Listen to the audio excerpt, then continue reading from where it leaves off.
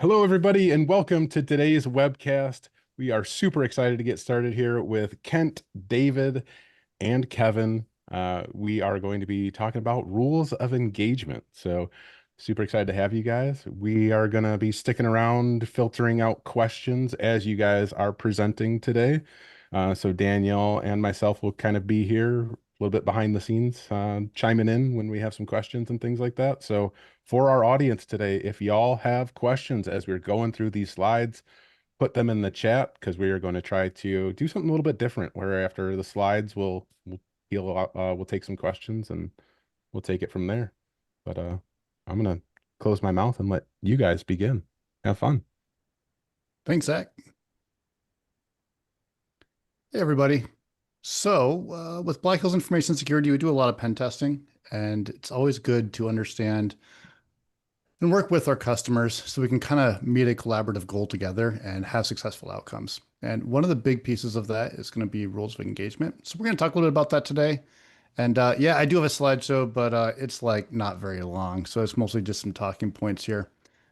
But one of the things that comes up is, as mentioned in pre-show banter, that some organizations will do pen tests without any sort of rules of engagement call. And it's kind of weird to us because we'd like to be collaborative with our customers, and really we want to make sure that we always have successful outcomes with our tests, right? We don't want to get into a scenario where a customer is feeling unhappy with the test, and to be able to align and get to and have a pathway to those successful outcomes, the rules of engagement really helps with that.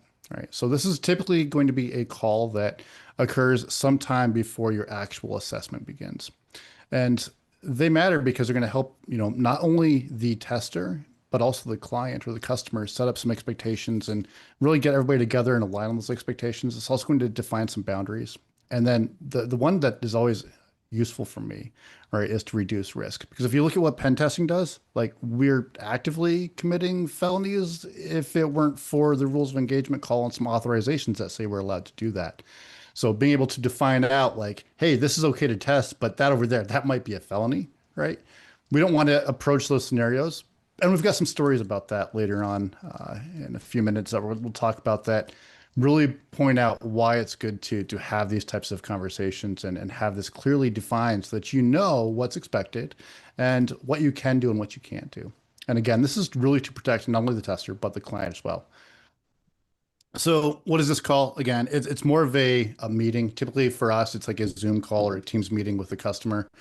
And it's really going to have multiple components to it. We like set up some information about what the engagement is or our assessments are, and we're looking at like the scope of that engagement. So like what might be in scope, what's not in scope, and what the timelines are. So we're going to test on this day, but not this day. And we test for a couple of weeks.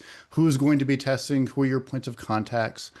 And then, for certain types of tests, say, for example, we're doing a red team test and we might have multiple opportunities for pivot.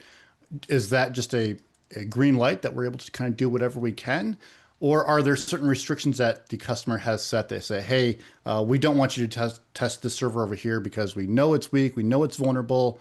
We've accepted the risk temporarily, but we know if you hit it hard, it's going to cause some sort of collateral damage for us on our business operations, right? So having that stuff spoken out ahead of time so that the tester doesn't see this interesting looking server, knock on it, have it fall over, and all of a sudden the business is no longer operational. Being able to have those things discussed and open aired beforehand is great to have. And also, one thing to notice, rules of engagements, it's a mutual agreement, right, between the customer, the client, and the testers and the business, right? It's essentially saying, yes, we agree to do this. We agree not to do these types of things. And it goes both ways. It's the client saying, yes, we agree to give you a credential to use on a test, but you're only allowed to do it for these reasons. And the tester then saying, okay, I agree to that. I'll use that account for those reasons. So a couple of things here that I could point out, and I'm going to talk for a little bit, and then I'm going to let the other team jump in as well. But the key thing to take away from this entire conversation here is that document it or it didn't happen. But that said, that doesn't mean that after your rules of engagement call, you need to have like an Excel spreadsheet that's like 400 lines long that asks like a bunch of questions and is super verbose. You need to document what's important, right? And that really aligns to what the customer is saying is okay and not okay, and just trying to forward think about what's going to happen. And the catch-all there is going to be something along the lines of, hey, if we're not sure, we're going to reach out to the customer during the test. So from that perspective, one of the things that the tester and even the testers rather on the engagement are really going to want to push is for some participation. If you have a client that comes to a rules of engagement call and they say, yeah, yeah, whatever, okay, yeah, we agree to everything, it's fine. You kind of got to sometimes push them for more information. Like, are they being too permissive, or do they fully understand the concept of what we're asking? Because sometimes what we're asking could lead down a pathway that does interrupt business, and we might be under the notion that that is what you want us to do. And having that clearly defined out means to really have some integrity and some confidence in that, we need participation of the client as well.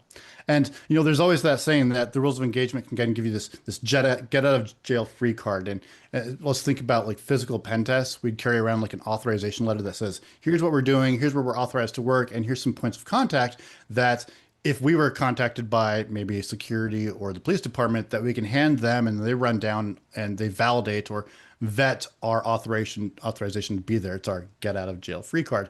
Of course, if you don't have a rules of engagement, you don't have that authorization letter, you really don't have that. And that kind of starts to sound like you're pen testing or doing hacking outside of authorization. And that's where, you can get in some legal trouble. Key holders really quick. It's going to be our customer's point of contacts. So sometimes that's it's going to be someone in IT, maybe security department, sometimes legal. It could be practitioners at the organization as well, project managers. And then on the testing side, typically penetration testing leads, as well as other penetration testers that might be on the engagement. So core components really quick, just think of a rules of engagement call that you want to go through. These can be structured in any number of ways. And really it doesn't matter how you structure, as long as you get a clear plan and some agreements that come out of it. So think of, you might want list of contacts. So you're going to send an email later on, or maybe a document that says, hey, here's the penetration testers that are on the engagement. Here's your contact information, but as well as here's the points of contact of the customer, right? And here's their contact information, such that if there is an engagement and something happens, they can quickly just jump straight to that contact list and say, hey, I need to call somebody. Here's the people that are on this engagement on both the customer and the pen testing side. Time windows and restrictions, basically saying that, hey, we're going to do a pen test. It starts on this date. It ends on this date somewhere in the future. And there are, testing outside of that might be unauthorized, right? So this is an opportunity for us to really define what those are, build that expectation with both the customer and the testers as well. And then what happens if something goes wrong? What's the escalation path? And escalation paths are good for both, again, the customer and the tester, because the tester might not be able to get a hold of their first point of contact with the customer. They might need to get a hold of another one, et cetera, and being able to have a tree of escalation to be able to get a hold of someone. Say we're testing a server and we notice that it goes down and we're like, oh, we need to contact someone. We think we may have caused a problem. Or maybe we have an opportunity for pivot and it wasn't discussed previously. Who do we call to be able to go ahead and get authorization to do that? A couple other ones that kind of come up sometimes are data handling guidelines. So at BHIS, we write a penetration test report for a lot of our engagements, and those end up becoming a blueprint to compromising the entire environment, right? So that is a very sensitive document. Having discussion about how we're going to handle that document. Do we send it through a third party? Do we send it over email? What that looks like? Is it encrypted? That type of thing. And then also the last one there is just a quick reminder of what that successful outcome looks like. For BHIS, sometimes the success of a pen test is not just getting domain admin. Sometimes the customer says, no, I really want you to focus on this. And domain admin is, it's nice to have and like glory and ego, but that's not always the point. Sometimes it's much more defined than that, and the outcomes can be something else. So the customer going into this should have a couple of things that they're aware of that they're going to need. They should be expected to provide maybe some credentials and documentation about the products we're going to be testing. They're going to want to validate and provide the testing scope. So say, for example, on an internal pen test, it might be like IP addresses or subnets or domain names, that type of thing. They'll need to be available for responding to escalation contacts, and then to communicate change freezes and for sensitive periods where maybe they say, hey, we know you're going to test over the end of the month, but we have end of processing that runs at 11 p.m. on the 31st. We really don't want you to do anything at 11 p.m. on the 31st. Right? Having that information from the customer is valid, because then we can just make sure that we're testing and we can accommodate some of that. And then from the testing side, following the scope and technique restrictions, a customer might say, hey, we don't want you to do a password spray because we have password lockout conditions that are going to create a denial of service condition. Having that discussed in the rules of engagement is incredibly beneficial, because then we can completely avoid the scenario where we cause a denial of service unintentionally. Communicate proactively as agreed. So if the customer says, hey, we want you to call us every day, that's what we plan on doing. Escalate when encountering unexpected behavior. So if that web server does go down, we think we may have had some sort of part in that. Maybe being proactive and kind of the customer, like, hey, we see something strange going on, or something that's happened more often than that, frankly, is we might see an indicator of compromise. And what happens if we suspect that there's this organization we're actually pen testing has already been compromised? What do we do then? And typically the correct answer is we stop pen testing, we call a customer, but making sure that we escalate in those conditions as well. All right, so I'm going to open it up now to our other panelists here. Dave and Kevin are with me, and this is kind of a thing where you've kind of now got an idea of what this is, right? It could just be a meeting, a phone call, Zoom, whatever, going through the expectations of what your pen test will look like. But there are some pitfalls that come in, and I think it's kind of the first place we can kind of discuss some of them with some stories. So I guess either one of you kind of want to jump in?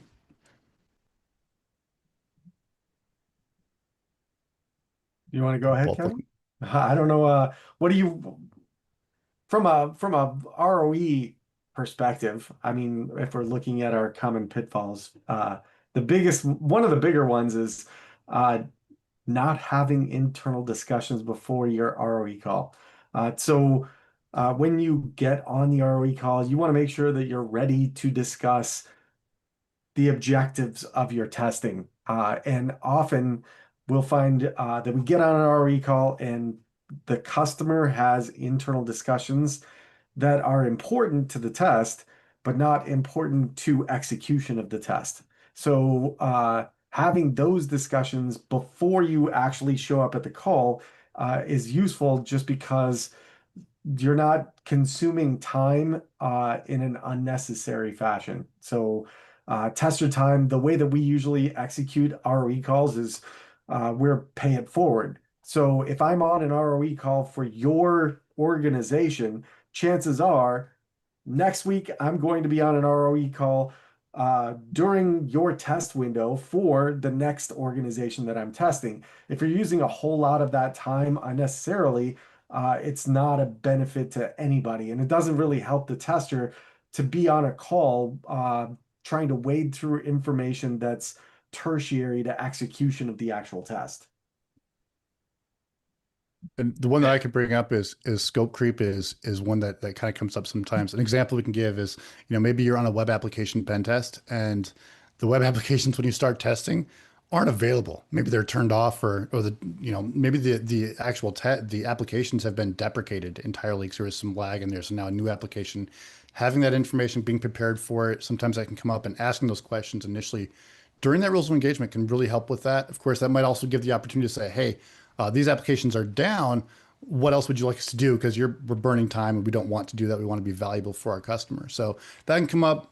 Those are good to have documented. During the rules of engagement, they might have said, hey, we're going to give you 5 web applications and there's a chance that 2 of them might not be available. Having that expectation going into it will be very useful as well.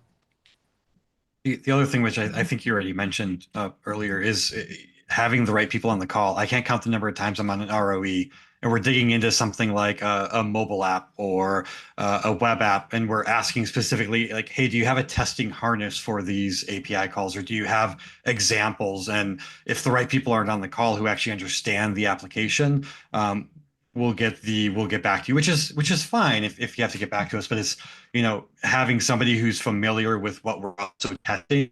The same call definitely helps. Complete everything in that same call. So we've got a great message in chat, and it's essentially saying, would it be valuable to the pen tester to record their screen for the duration of the pen test? I personally feel probably not, because that looks like a large video that I'll never watch, right? But the guys being that maybe the customer is going to come back and say, hey, you caused a problem. Maybe. I think that's a great opportunity that and this is kind of those mutual agreement things, right? There's going to be a mutual agreement that typically holds the pen tester not liable for damages during the assessment, typically, unless there's negligence and that type of thing. But in terms of like video recording, it's probably not going to help in a negligence case. I think what might come up is that you might have more likely is a scenario where the customer says, hey, we'd like to be more collaborative in this. Can you do a screen share of some of the attacks? I think that could be really valuable, but having that discussion at the time of rules of engagement, that's why when you're actually doing the pen test and the customer says, wait, we thought you were going to like tell us everything you were doing, or we've had customers that said, hey, can you screen share all day with us? It's like, well, we can, but there's other opportunities that might be better, because if we're screen sharing with them all day, we also look at the perspective of, we're also going to be using some of their staff time that's not necessary. We want to give them the most value for the effort that we're putting in. And sometimes that means that we want to do a couple hour call with them on one of those testing days to say, here's the test that we're going to do. And we've kind of already proof of concepted them. Let's now demonstrate them for you after we've done all the work to build those attack chains. So having that discussion inside the rules of engagement call is great. A couple other pitfalls, we've had scenarios where they say, hey, we don't want you to do a password spray, but you can do a password spray on only this system over here. And you can get really technical into what the techniques are. And I want to be clear here, this is not going to be an inclusive list to say that, or sorry, an exhaustive list to say that, oh, you're allowed to do this one certain type of CVE exploit, but not this one over here. That's typically not how you want those rules of engagement calls to go, right? You might want to say more along the lines of, can we do credential stuffing attacks? Or, and typically one that BHS never really touches is denial of service attacks. We don't really ever do them because we expect and we understand there's a high chance of operational problems in doing that, where we might cause the customer to have some problems with their business line. So from that perspective, we don't do those. But we might have a customer that says, hey, we did build a new application. We suspect there's a denial of service condition here. We'd like you to test that in a controlled environment where it won't break anything. And having that kind of foresight to be able to do that and have that expectation that comes out from the meeting is a really good thing to do as well. There are some special considerations for rules of engagement, and these are kind of getting into like the different types of assessments that might come up. So yeah, let's get past really quick scheduling issues. We work internationally, right? So our customer might have a holiday that is not used at the location where the pen tester is, or vice versa. So having that kind of clearly fleshed out during the rules of engagement call is good. That way, if the customer calls, maybe it's a holiday for the tester, there should be some awareness of what's going on there.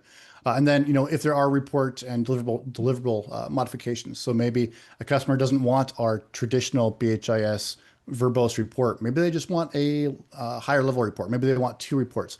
Have that conversation at the rules of engagement. The reason for that is that's going to take more time to produce that report. So we kind of have to balance that out. And maybe the customer after that will say, actually, we don't need 5 different versions of the same material. We want you to spend all that effort on building one good report, and we'll, create different reports from that media if we need to instead. Now, when we get down to some of those specific penetration test nuances, things that come up that are relatively interesting that have come up is third-party hosted in cloud assets, right? So we like on Azure, are we able to test everything on Azure without pre-authorization? Some things, yeah, we can. Most things we can. Same with like AWS, except for you can't test EC2 micro instance, right? Because you don't have pre-authorization for that. But then you get into other solutions that our customers might be paying a vendor for that they wish us to pen test, and being able to have the discussion. Okay, who is your vendor for that? How is that service hosted? And then do we need to go to that third party to get a pre-authorization to allow BHS to pen test? Have those conversations during the rules of engagement, so that when the engagement starts, if that pre-authorization was required, BHS has it in the hand from our customer from their vendor, right? And then, social engineering. We might have a social engineering engagement where we've got a ruse, and sometimes those ruses can be sensitive, right? If you think during COVID-19, a very effective ruse was ruses about COVID-19, but it was also very sensitive in certain verticals. So being aware of that, have those conversations with the rules of engagement, basically saying, hey, we're going to come up with some ruses. Is there anything that's out of bounds? That type of thing. And sometimes there's legal implications to that as well. We don't want to be causing a problem for our customer that ends up being a legal problem. And International data. 9 times out of 10 on calls, as a customer, it's well within scope to say, hey, I'd like to see the ruse and approve it before you actually try to execute it. And I'd also like to see the targets. So don't be afraid to ask for those things. Yeah, absolutely. And that's a great form of doing that too, is if you have a ruse, hey, we'd like our point of contact to make sure that this looks good for really the tone and the nature of the business. Some organizations, a pen tester might not know some specific things that will be sensitive in certain environments. It really comes down to the ethics and the ethos and kind of the culture of those customers. And as a pen tester coming into those organizations, we don't always have a 10-year history that our point of contact might with that might be able to help us identify some of those sensitive areas. Another one that's coming up more recently within the last few years is credential abuse. And the credential abuse, you think, oh yeah, we're going to do a password spray, or we're going to like brute force passwords on logins. Sure, those types of things all the time. You can create denial of service conditions based off password lockouts. But more than that, what we've seen coming up more often now is breach data has a huge amount of credentials in them. And what we're seeing now is with Stealer logs, we're seeing that a customer, one of our customers, may have their customers' data inside of breached Stealer logs, right? And from that perspective, we can actually query that and see that there might be a cookie for our customer's web page that actually is a cookie for one of their customers. And questions come up like that. Are we allowed to replay that cookie and see if we can log in as the customer's customer, right? What is off limits? What's not off limits? Same type of thing. We might find out that inside of Stealer logs, there might be a credential for a third-party product that that our customer is paying a vendor for. So think maybe our customer uses ADP. Are we allowed to log into a credential that is our customer's on the ADP platform? Where does that line start to look at? And having the conversations at the ROE for that is very important, because we don't want to get into a scenario that hey, we've got this great material, we want to try it, it can lead to a pivot, but now we have to go to the point of contact and ask because we're not sure, we want to get clearance on it. Having that conversation during the rules of engagement really greenlights that and really makes it a lot more effective and efficient. So there are some special considerations there that come up, and there's lots of others as well. But now let's get into some real world examples. And I want to share one, and I'm going to try to preface here a little bit. This was a wireless assessment, and one of the outcomes that the customer wanted was for us to find rogue devices, essentially find something within their perimeter environment that was using the same SSID and maybe giving internet without radius or without a strong pre-shared key, right? So essentially, when I went on site, I was kind of going through, and with the rules of engagement, I already knew where I was. This was going to be to give you a clear idea what this was. This was and I got to kind of remember a little bit from memory here, but it was essentially a state entity, a court entity that leased space in a county courthouse. Now, if you're thinking this sounds familiar because this sounds like what happened in Iowa and got people arrested, yeah, that is a similar situation. Definitely not that one. Different situation, entirely different place. So I'm on site, I'm doing this wireless assessment. The wireless assessment basically is me walking around with some different devices and doing survey points and looking for devices, finding access points, finding the ceiling, kind of taking pictures, seeing if they're connected properly, right? And to get a good picture of this, I want to check as many spaces as I can in the space where the state is leasing space out of the county building. This is a courtroom. So I'm in the courtroom, finding the access point, and I had the conversations with the customer beforehand. They said, yep, pretty much go wherever you want. And if there's any issue, call this number. So I'm in the room doing that. I've kind of done most of the building at this point. I go to a courtroom and I go behind I haven't been to court a whole lot of times, so I'm going to get the words wrong here. But essentially, there's the bench where the judge sits, and adjacent to that is a door. And I want to see what's behind the door. I'm thinking maybe there's some audio and video equipment back there. Maybe there's an access point, whatever. So I go in the door. And when I enter that door, which was somewhere behind the bench, now it's just a room. It is a room with 3 doors. And it's room maybe 10, I don't know, maybe 100 square feet. It's not very big.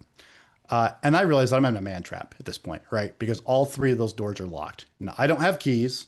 All I have is my laptop with me with a bunch of antennas sticking out of it and a phone, right? So I'm like, okay. I look at the door that leads back to the courthouse, to the courtroom, and it has an exposed hasp, excuse me. So I'm thinking, well, I could just pop this open and go back into the courtroom and have my day can be here done. And I'm like, I'm out of the man trap. But I'm like, no, like I did the rules of engagement. This is not a physical pen test, right? I'm not allowed to do any destructive things. I'm not allowed to do a physical pen test. I'm not allowed to manipulate locks while I'm here. I'm doing a wireless pen test. That's what my authorization is for. So although I'm looking at a door and I'm locked in a room at this point that I can't get out of, I'm looking at a door that I could get out of. I'm not going to. Instead, I call my point of contact and I say, hey, I went in this courtroom. Here's the number. I seem to be locked in a room behind the courtroom. They're like, oh yeah, that's the man trap. That goes to the jail. I'm like, oh, okay. Like this is where they bring prisoners from the jail to the courtroom. Makes sense. Like, yeah, we don't have a key for that. So they're telling me we don't have a key for that. I can't actually get you out of there. So I'm going to call the sheriff's department. They're going to have to send someone up there. So I do. They call the sheriff's department. I sit there for about 10 minutes waiting, like contemplating. Maybe I shouldn't have gone through that door. Maybe I should have held it open as I went through to first inspect the surroundings before I let it close. Eventually, a jailer comes and he looks at me and says, "What are you doing back here?" I'm like, "Oh, well, I'm doing a wireless pen test survey. We're doing this." And he's like, "But why are you in this room?" I said, "Well, I'm trying to see if there's access points back here. I didn't know it was back here." He's like, "Oh, okay. Do you have authorization letter?" I said, "Yeah, I pulled up on my phone, whatever." He's like, "Okay. You do realize this is a county courthouse and you're working for the state?" And I said, "Yes. And this is lease space." He's like, "Yeah, but this is the jail. This is not the courtroom." I said, "Okay, well, I understand. I'm sorry. Can you please let me out?" And they're like, "Yeah." And so I had this thought that I'm like, I can't like physically manipulate this door lock, but I can tell them there's an issue here, right? Because presumably, if this is where they're bringing people into the courtroom from the jail, there's an exposed hasp here. They could just like pop it open. So I tell them that, and I'm like, "Hey, this right here, this door, like this needs to be covered so that you can't just like and open it." He looked at me. He's like, "Could you do that with handcuffs on?" I was like, "Oh, well, okay. Well, have a nice day. I'm going to not do that again." So, lesson learned there for me was before I ever exit a door and let it close behind me, I always make sure I check my surroundings first. But just a word of caution there with rules of engagement. I had authorization to be in the room. Was it clearly defined? Well, the state said pretty much wherever I wanted to go, but maybe that didn't include the adjacent jail or the corridor that led to the jail. And certainly they didn't want me messing with locks at that point. And they really weren't that interested as well as in me telling them that they have an exposed hasp, even though hopefully it's fixed by now. But kind of some things like that come up. Now, was that a failed outcome? No, because ultimately at the end of the day, we had a valid pen test. We found some things for them on their wireless infrastructure that they needed to update. And it was just ancillary. That ended up being in a man trap, feeling a little bit gaining humility as I was there. So those can come up. Was it failed? Was it successful? Well, I think it was probably a failed operational error on my part, but we certainly still had a successful outcome, right? So some things like that can come up and you just have to be aware of those. But now that you have kind of that notion that, hey, this has happened before, I can now address that in every rules of engagement call I have going forward to make sure I have clear definitions about what I'm allowed to do. I've been on many wireless tests and kind of gone the opposite route where my wireless test ends up being very, very mundane. So then I just look at the point of contact because I can't make myself disappear very easily and I'm in your building. So I might as well make good use of the time. And then I usually will have a discussion with them and say, "Hey, do you guys have network access control? Are you worried about physical controls? Because I can do a physical walkthrough while I'm here." So instead of burning time, I'd rather find something that's useful to you, make an adjustment to the statement of work, and have that discussion in real time. And that's one of my favorite conversations to have.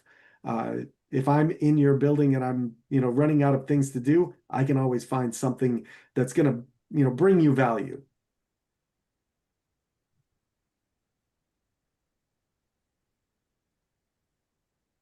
Yeah, it's very true. Especially, and the great another thing that comes out of that rules of engagement call is an email or something that has all of that contact information listed like top down. So you can be like, "I need to contact my POC right away. Like, where can I find that?" "Oh yeah, it's in the email. That was our rules of engagement summary. Their contact information is right at the top. I can go there, call them. It's like, hey, I'm in a point that I am, like you said, very well seen. I see some other things that maybe I could focus on that bring you value. Can we include those in scope?" Right? Get that verbal authorization, send them a quick email on your phone later that says, "Hey, yeah, we're going to do this," and they're good with it. Having that kind of clear authorization is great because then we're gaining as much value for our customer as we can, even while we're on site or during the pen test. Same thing can happen really recently for me. I was doing a web application pen test, and I mentioned that the services essentially, we got in there and I said, "Hey, of the 5 web apps you gave me, 3 of them are offline and 2 of them are not logging me in. Can you give me some information on that?" They came back saying, "Well, okay, actually those 3 that are offline, they are now out of scope because we actually have deprecated them since we did the rules of engagement call. And yeah, it looks like we missed setting up those account provisioning for the last 2 for you. Okay." And for that email, for them to get back to me, it was about a day and a half. And I'd already known during the rules of engagement call that we had discussed like this might happen. And if it does, here are some other things in scope that you can go look at that aren't even web apps, right? But it's things to keep the tester busy, to make sure that the test has value, even if there is some delay in some of the information to be able to do the test properly. And having a customer involved early on in the engagement is always a benefit. So from an ROE success outcome, coming to the call with goals in mind, scenarios that you think are going to be useful to the organization. Usually your tester has very little context about your security posture. So you can, bring things to the table to kind of seed opportunities, not looking to like cheat anything, but often it takes quite a bit of time to try and figure out a lay of the land. And you can say, hey, we have some concerns about this resource over here. We'd like you to, spend some time and focus on that so that we can see if there's an actual issue there, rather than having the tester come in and, beat on all the doors and never find that resource that you're most interested in. Some of the best ROE calls are when the clients have that list ready, right? It's like, hey, these are the things that we want to make sure that you're testing while you're on this. And this actually relates to one of the questions that said in the chat here. Sometimes clients think pen testing and red teaming are the same thing. Maybe they pay for a pen test, but then they're expecting some adversary emulation, red team ops tactics instead. How do you differentiate these services, or should that be to summarize, right? Sales team, and really that comes through the sales team typically. But there's been plenty of ROE calls that I've been on, or maybe the others on here, where it's, hey, you have an internal pen test scheduled. This is the methodology that we would follow for an internal. And we find out, oh, you actually wanted a pivot or an assumed compromise to occur, or vice versa. You have an assumed compromise, but you're looking for something more like an internal test. So when the clients have those set expectations, we can kind of go through and say, oh, you're actually looking for this kind of test. Let's get a change order in and switch it over to that. And it definitely helps when those are readily available for us. Another good question that came up here in chat was, is there a preference for the pen tester to be on-site or remote? This removing the cost from the equation. So those types of questions, if for BHIS at least, are typically already addressed when the customer has gone through with our sales engineer teams to say, hey, do you need to have this service done on premises, or can it be remote? We were I can think back to COVID-19. We still had organizations that, because of a compliance requirement, had to do these wireless pen tests for buildings where there were no employees. Right. So we had to find a way that we could still be able to help customers meet that compliance requirement, but ourselves not being able to necessarily travel to that customer. So we had to find ways that we could accomplish those goals. And it's kind of interesting. Typically, those are calls that are made with our sales engineers to be able to figure out what that looks like prior to that. But sometimes that does come up. And to your point, Kevin, the nuances between internal and pivots and assumed compromise and red teams, where do those all play in effect? And usually by the time our customers are working with our pen testers, they know what they're expecting, right? From the perspective of what assessment they're getting, but not always. Sometimes what happens is you get a CISO that says, yep, we want to get the internal, but the CISO told the practitioners what they thought they're getting was a pivot. So when it comes time to do the rules of engagement call, you've now got practitioners, maybe directors inside that meeting. The CISO is not there. And we say, yeah, we're doing an internal pen test. And they said, okay, cool. Well, here's the credential you need. And like, well, we typically start internals without credentials. And they're like, well, but you're going to do all these different things that start to sound more like a pivot or assumed compromise, right? And we say, hold on, what's kind of your expectation? Sometimes that occurs, and the best place to discuss that is at that rules of engagement, right? Because you can get the sales team back involved if you need to, or you can just get a change order set up so you can modify that time so you correctly set the expectations of what BHS's deliverables are for our customer, so that they know what we're going to be providing as a deliverable. And if there's difference between what we do for the penetration test methodology, between that internal, that assumed compromise, and that red team, the methodologies are incredibly different. And we want to make sure that the SAL reflects the deliverable that we're going to give at the end of the day. I've got one that'll kind of dovetail into that question. So there was a question in Discord. ROE sounds like scoping. Scoping sounds like it should be included in the ROE. From BHIS perspective, scoping is just a raw level of effort so we can figure out how many hours and how many testers need to be assigned to a particular project. Often that's going to be a count of live IP addresses, rough size of your environment. And once we figure out what type of test you want to execute and the rough size, then we can assign resources to it. Once those resources are assigned, we perform the ROE call. And that's going to cover all of those details. We're going to be making sure that everything meets those size specifications that are in the statement of work. In addition, we'll have a discussion about that on-site or remote. And often the on-site or remote question is contextual, right?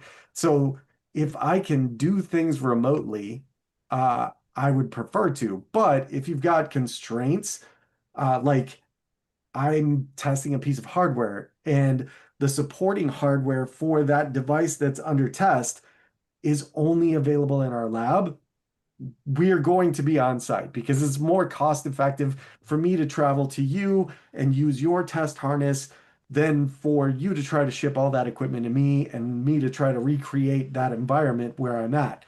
In addition, I think it was in December, I tested an organization, it was a typical Active Directory setup, but the way that they had configured access, you had to go through multiple stages, and the Active Directory environment was not directly exposed to the internet.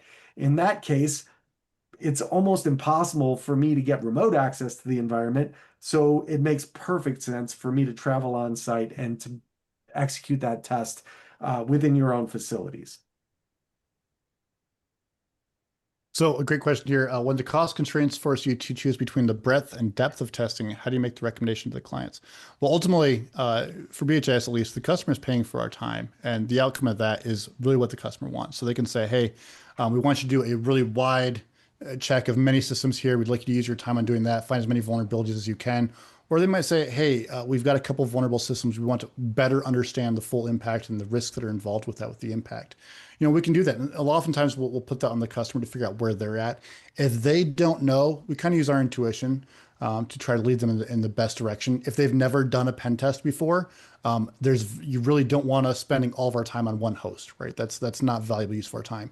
We'd rather look at as many hosts as we can, give you as many vetted vulnerabilities as we can so that you have things to work on and mitigate risk and as a macro picture as we can, rather than focus on one host that, if we spend all day on it, we know we could get maybe a privilege escalation to domain admin if we spend all day on this one host. But by the way, the scope has 10,000 other hosts, right? So where does that line draw? Well, it might be very useful for us to say, hey, there's a vulnerability here. It needs to be addressed because it has the potential for pivot. But we also have these 9,999 other systems that we also want to investigate for you. So go look at this one, start remediating the stuff there as we go and start looking at other things as well, rather than diving in, trying to find that pivot that eventually will come, but at the cost of several hours. And in those cases, again, typically for the first time a customer does a pen test, we want to give them as much information, be as valuable to them as we can. We don't want to spend all of our time on one host and then be blind to all the other hosts and produce a report that does not, maybe we got that most critical one, but we missed out on all the other highs that are maybe just as critical if we also spend as much time. So those are great things to point out. And another one, since we're talking scope, I'll give you a scenario here where maybe we're doing an internal. And when we go to the rules of engagement call, we're going to say, hey, we need the scope for the internal, probably like IP addresses or subnets, maybe site ranges. We need that a week before the pen test starts, right? We don't need it at the rules of engagement call. Some of our customers are very prepared. They'll bring it, and that's awesome, but typically not the case. And that's fine. You don't need to bring it to the rules of engagement call, but it's helpful if you do. But the scenario comes up where we'll do an internal pen test, and a week before the pen test starts, they'll provide us the scope, and that scope will include non-RFC 1918 addresses inside the internal scope. right? So instead of it being like 192.168.0.1/24, all of a sudden there's an actual internet IP address that they're giving us inside that internal scope. And that could be okay, right? Because internal environments, there's nothing that has prevented an organization from using a non-RFC 1918 address inside of a NATed internal LAN space, right? There's nothing. Some firewalls might try to prevent you from doing it, but it's possible to configure it that way. It may be an intentional configuration in some cases, right? It can happen. So when we go through, before we start pen testing, we go through an analysis of the scope to find those things and figure out if there are things that we need to question. For example, maybe we're working with an American company and they give us the internal scope, and the internal scope has IP addresses that are for a foreign nation, a non-RFC 1918 address for a foreign nation inside their internal scope. Okay. That's not a game stopper, right? Because it might be an intentional configuration that they do want those tested, and those are IP addresses that they have on premise inside of a NAT at their facility. But for us to be able to pen test that, we need to know, like, hey, where we're testing from, do we have routed access to your on-premise IPs and not to the foreign national state, right? So those are things that you want to look out. Those aren't really even a thing to discuss in rules of engagement because those are things that come up after the fact when we're doing scope validation. So it's good to keep that in mind. What we're really looking for in scope for the rules of engagement call is, hey, we need this list by this time so that we have time to validate the list and be able to be prepared for the pen test start date.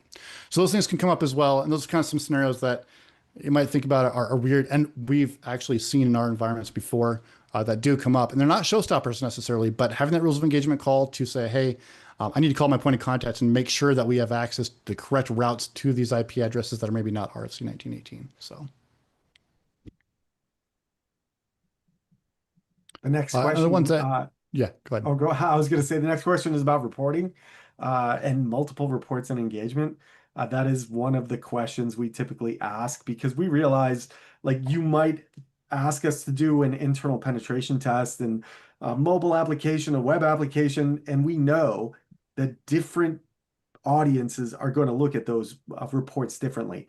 So one of those questions is going to be, hey, do you want a monolithic, single report, or do you want individual reports? In addition, we often have organizations that specifically ask us, hey, we don't want to give all of these technical details to our executives. Is there any way that you can make an executive only report that kind of summarizes things, but just leaves out all of the technical details? We do that sort of thing routinely. Those are much better conversations to have in the rules of engagement, because if it doesn't happen then, where it most likely is going to happen besides that is you deliver the great report that has everything in it, and the customer comes back and says, hey, we'd like you to take this report now and give us a second one that has just this information in it. Which, here's the thing, what we acknowledge from that is now I have to somehow be able to justify taking time from somebody else essentially to be able to update that report in that way. And that's, what might happen from that is a conversation that comes back to, okay, now we need to involve the sales team because we need to get more hours purchased on the engagement to build that report for you. In the rules of engagement call, we can be proactive about that. We can say, hey, if that is a requirement that you need, we can do that, right? But it's going to take time out of the pen testing that we're going to do on your environment. And here's the thing, I know different organizations, different pen test organizations treat this completely differently than BHIS. When BHS hands you a report, you can do pretty much anything you want with it. Now, reminder, it's a blueprint to compromise, so be very careful with it. But if you want to take that and build a new report that focuses just on that executive summary so that you can take it to your boardroom, that is completely acceptable to us. Now, we're going to, keep for a limited amount of time the original, so that if you don't make changes to it and say, hey, this critical is actually a low severity finding, we're going to have the original. But if you feel that you need to change that critical to a low and take it to your board, you paid for that report. So you paid for the pen testing, you paid for that report. You have that report in a format that you can change if you need to. We provide those reports in Word so that you can, cut them up, turn them into service requests, make executive summaries for you if you choose to. And again, that comes down to, you may have someone in your environment that is less expensive for you to pay them to copy that report into a way that you need, rather than spending your time with BHS pen testing to produce multiple copies of that report. But either way is fine for us. We just like to have that conversation during the rules of engagement call so we can really flesh that out and make sure that if you do need multiple copies of a report, we've already planned ahead for that. Those are great questions. I've got a question from Discord. This is from Mama Sugar Cake. if offering remediation validation after a pen test, is that also included in the ROE, or is that more of a statement of work item? That really kind of depends on the level of effort required to validate. So if you've got some like piece of unpatched software that I can easily inspect that's exposed to the internet, I'm totally going to do it. We're never going to have a discussion about it. I'm not going to involve our business capture team. But with BHIS, if it takes generation of a user account, VPN access to the environment, and then I've got to spend 4 hours doing some task, typically that's going to be billed on, I think it's a 4 hour block. So doing remediation is totally something that we want to discuss. It's usually not discussed in the ROE, but after you receive the report, if you've got something that is super simple for me to check, I'm just going to do it for you and move on with my day and, make sure that everything is the way that you expect it. If it's more complicated, then we're probably going to get business capture involved, and they're going to talk about generating a new statement of work for remediation hours, and then we're going to schedule time. A great outcome too. We really like to have collaborative tests, at least in so much as we're talking to our customer pretty much every day in some capacity. And especially if we have critical vulnerabilities that we find, it's not uncommon for us to have a critical vulnerability. And depending on the customer's environment, they might be in a situation that they can actually remediate it very quickly, like before we finish pen testing. And those scenarios will say, hey, we changed something 2 days ago because of that critical vulnerability. We think we remediated it. Can you check it for us? Right. Having that two-way conversation with them throughout the engagement allows you to be able to do that. And we can actually do some of that remediated testing during the actual physical pen test. And then we can update our report, address it in the report as well, and have it all clearly defined in that without going through, 2 months later. But those are kind of specific situations because a lot of times change management processes prevent you from being able to make some drastic corrective measures on a production website or production application very quickly. But it has happened. Sometimes a customer, we might say, here's a critical vulnerability. You're using a firewall that's 30 years old. It's vulnerable to RCE. You can let us right in, whatever. And they might say, oh yeah, that's not even supposed to be turned on. And they turn off the interface for it or whatever. And they can do that relatively easily because it was a misconfiguration that doesn't require change management for it. So those things can definitely come up. And that again is not necessarily rules of engagement, but having that conversation during rules of engagement that says, hey, let's make this collaborative. We're going to talk every day. I'll give you information about the criticals if they come up. I'll let you know what I'm kind of working on every day. That way the customer feels, comfortable saying that, hey, can you check this? Right? We don't want our customers to be in a position that they feel uncomfortable asking us to do something because they're paying for our time to be there, and we want this to be as valuable for them as they can. And just to add into the whole, for follow-up testing for remediation type things, obviously if it is going to be something more comprehensive, like for example, that your organization is going to require any medium or higher criticality finding to be resolved. You're going to want to book that earlier rather than later too, because we have limitations on our own time. If it's going to be something, quick, like David was saying, yeah, we can do that quick thing and we can move on with our day. But if it's going to be something that we know is going to take several hours to do, we're going through 3, 4, 5, 6 medium findings or, highs or criticals or whatever they are. You're going to want to make sure that that's actually booked out as well. So you're not left waiting 3, 4, 5 months out before you actually get that report remediated, right? There is an incredible question here in Zoom. What would you say are some of the most critical internal conversations for our customers to have before the rules of engagement call? I'm going to open this up for both of you. I think one of the biggest ones is being on the same page about what the scope is, right? Here's what the test is going to do. Having that conversation internally so that they're aware, but I want to leave it to you guys as well. Also, settling on a means of access.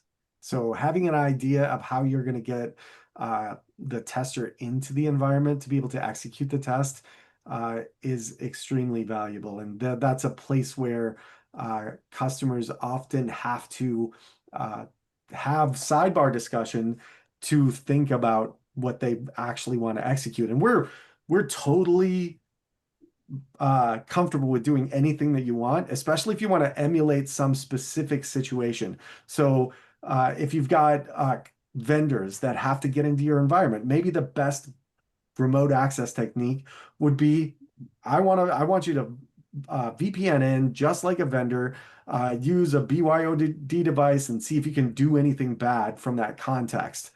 But if I'm a regular employee and I'm in the office every day, we've got to figure out something different. So having that discussion about, one, what type of end user you want to emulate and how you're going to get them into the environment is extremely useful. That way we don't have to worry so much about having a lot of discussion about it, and you've already got an idea of what objective you want to test out.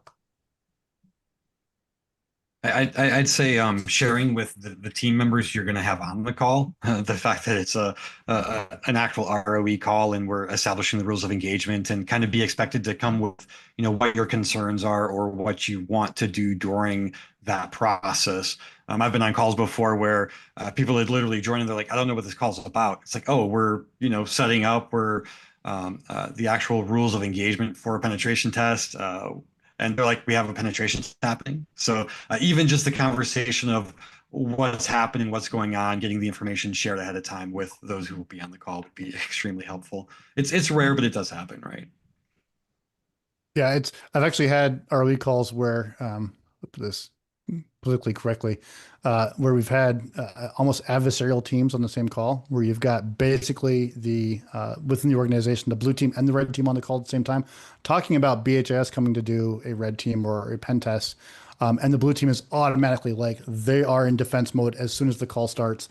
And for BHIS, our testers are really good at like addressing that, kind of going into it, like, because we're all here for the same purpose, right? To make things better and having that conversation. But from the customer's perspective, being able to have those conversations with your staff as well, that, hey, they're here to help. Here's what they're going to do. And if you have staff that are on defense about that, really for us, it's an opportunity for us to open up to them and say, hey, here's what we're going to do. Here's why we want to do it. What are your concerns, right? Because if they're defensive about it, they have concerns that we can address. And that's an opportunity for us to make the customer feel more comfortable about what we're doing and why we're doing it. So anytime that comes up, those are good for the customer to have kind of flushed out before they come to the rules of engagement call. But if you've got someone that, on your team that's still kind of on the fence and they don't understand why, like, it's an opportunity for us to kind of open it up and have that discussion with them and hopefully put them in mind at ease, and really for the betterment of not only the engagement, but the outcomes that come after it, and securing things at the end of the day. There was a question in Discord that said, I'm going to paraphrase here, just got lost it. How much of the rules of engagement call is spent on discussing internal access methodology versus and I already forgot the other piece of it. So the one thing I'll say there is usually not much, right? Usually we go into the to the rules of engagement call, and if we know that we require internal access, we'll say, hey, we need internal access. Here's some ideas about how we're going to do it. Do you have a defined way that you'd like us to use? And the customer might say, yeah, we've already discussed it. You're going to use a VPN. Perfect. Or they say, we're not sure. What is your best recommendation? We can say, well, here's what our customers do. It works really well for us. And we kind of move on. We don't like that conversation to be a half hour long, because it doesn't need to be, right? We know we need internal access. We know we may need credentials. And from those perspectives, having that conversation ahead of time, having that expectation, that does not need to be a thorough investigation and time spent on how we're going to gain access, because to us, it's, we're really quick about these types of things.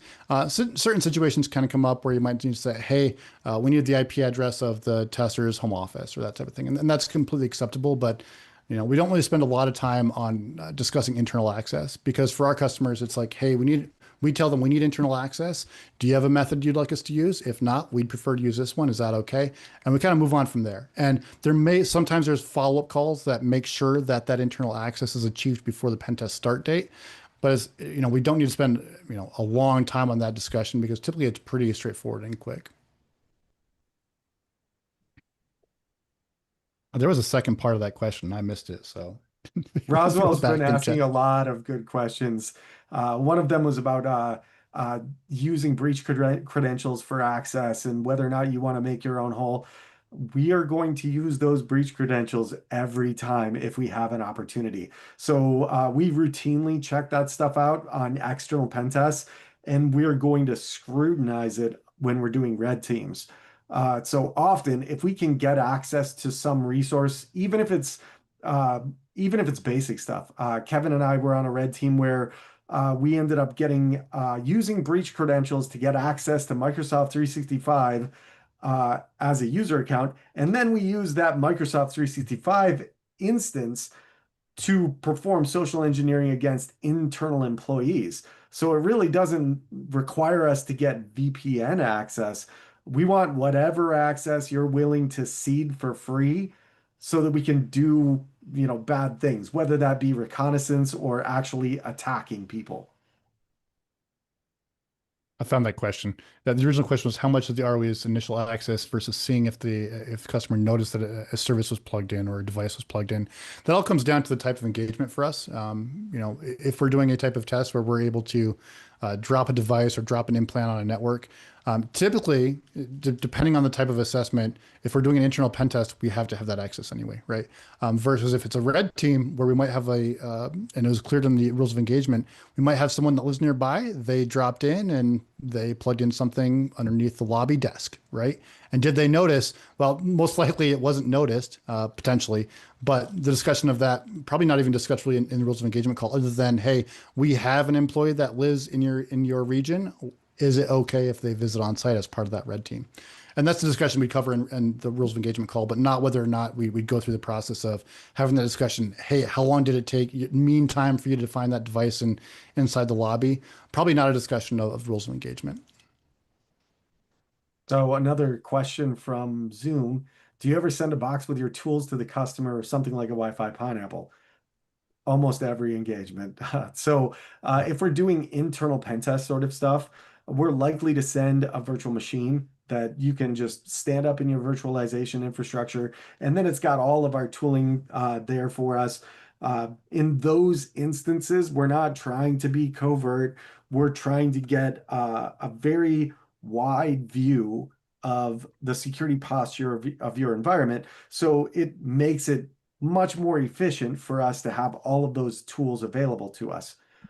In addition, if you need us to, say you don't have virtualization infrastructure, you operate almost exclusively in the cloud, we have the capability to send a laptop or a small form factor computer so that you can just plug it in and it works almost identically to that virtual implant.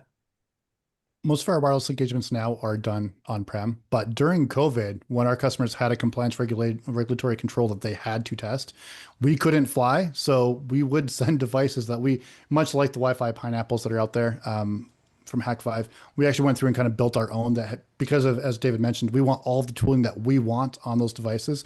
So yeah, we were sending Pelican cases of devices to the customer that say, hey, go plug this in, turn it on in your environment, and we'll do the test remotely with hands and eyes of maybe a point of contact with the client. And sometimes that customer or that person that went to that facility would be the only person in that facility, even though it's a huge cube farm with just nobody there. So yeah, I had a couple of those during COVID. Makes wireless testing more difficult too. And less fun. No clients. I think we've run out of time and questions. We have. Zach, you there? Yeah, I'm here. Thank you guys. Appreciate you taking the time to do this. It was fantastic. Appreciate you guys also monitoring questions and picking those up. You guys rocked it out, man. Does anybody else have any other questions for the team or kick things over? Do you need to do anything special when shipping tools, like a declarations page or anything? Depends on where. I can give the example that we can't fly certain places with lockpicks because lockpicks are in some areas considered intent. So we do, but not necessarily with the devices we send, typically because we're not sending them to areas that are problematic in the United States, but especially if we're carrying them on our person, definitely. We're just more assertive about what we have on our persons when we fly. Thank you. Danny, you plan on doing the AMA afterwards? Yeah, that was a great question. I was wondering, I mean, we've basically been doing that for a hot minute now. I was just wondering if you guys were wanting to continue on into about another 30 minutes of this in just Zoom?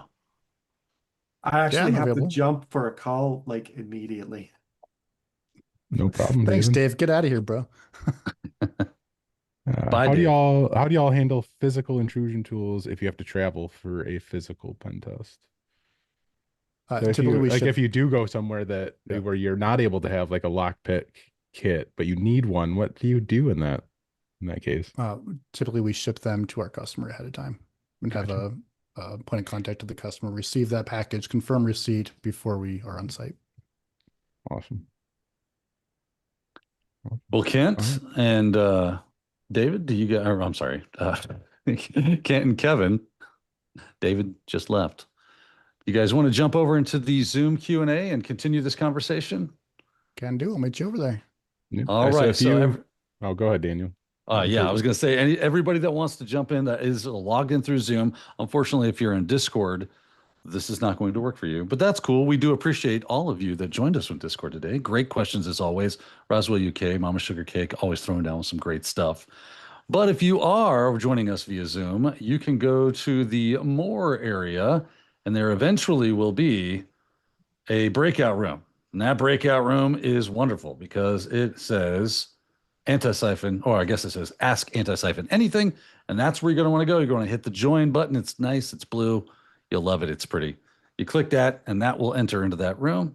And then we can continue this conversation for about another maybe 20 or 30 minutes. That said, thank you for everyone in Discord yet again. And we'll see everybody later. And everybody else, we'll see you over in the Ask Antisyphon Anything Zoom breakout room.